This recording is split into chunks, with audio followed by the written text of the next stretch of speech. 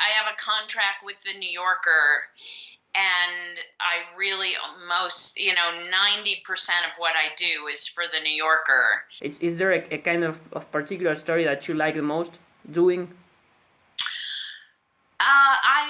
Well, there are two kinds. One is I love when I discover a little subculture that I didn't even know existed.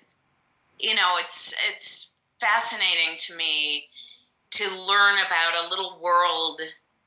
Even sometimes it's not far away.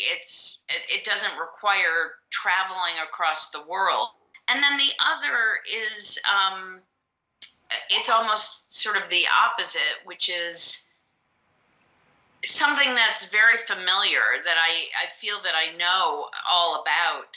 But then one day when I stop and think about it, I think, I really don't know anything about this. I guess in both cases, I like to learn.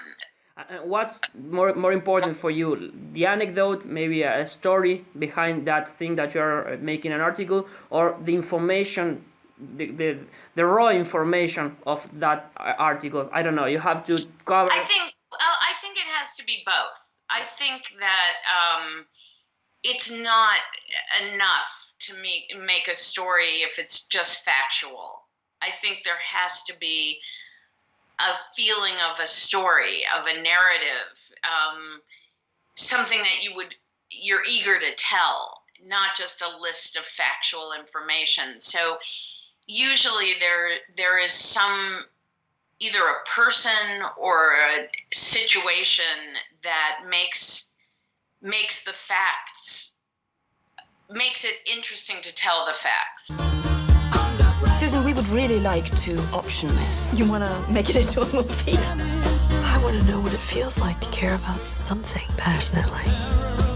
Well, this was a very, in many ways, very typical situation where I happened to find someone had left a newspaper on an airplane that I was flipping through and saw this little newspaper story describing the theft of these orchids. And for whatever reason, I thought, oh, that's a great article.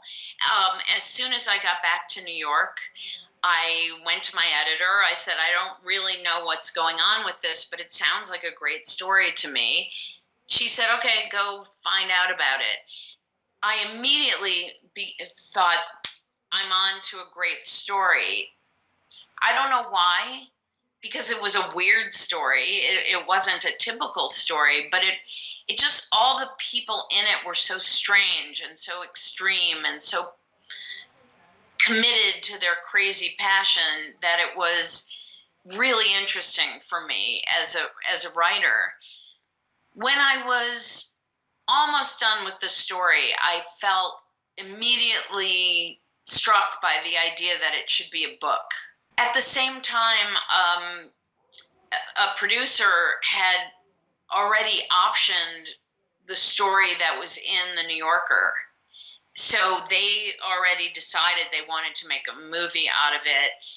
And I said, that's great, but you have to wait till I write the book. No one had any idea that the version of the book would be the movie that evolved. Charlie Kaufman had been hired to write it, but with the understanding that he was going to write a traditional adaptation of my book. Well, he experienced exactly what I thought would happen, which was this struggle of how do you take a piece of writing that's not typical in terms of Hollywood and make it a Hollywood movie. I could never have dreamed of such a brilliant version of the book as a movie. That was in its own way really true to the book, not literally, but artistically.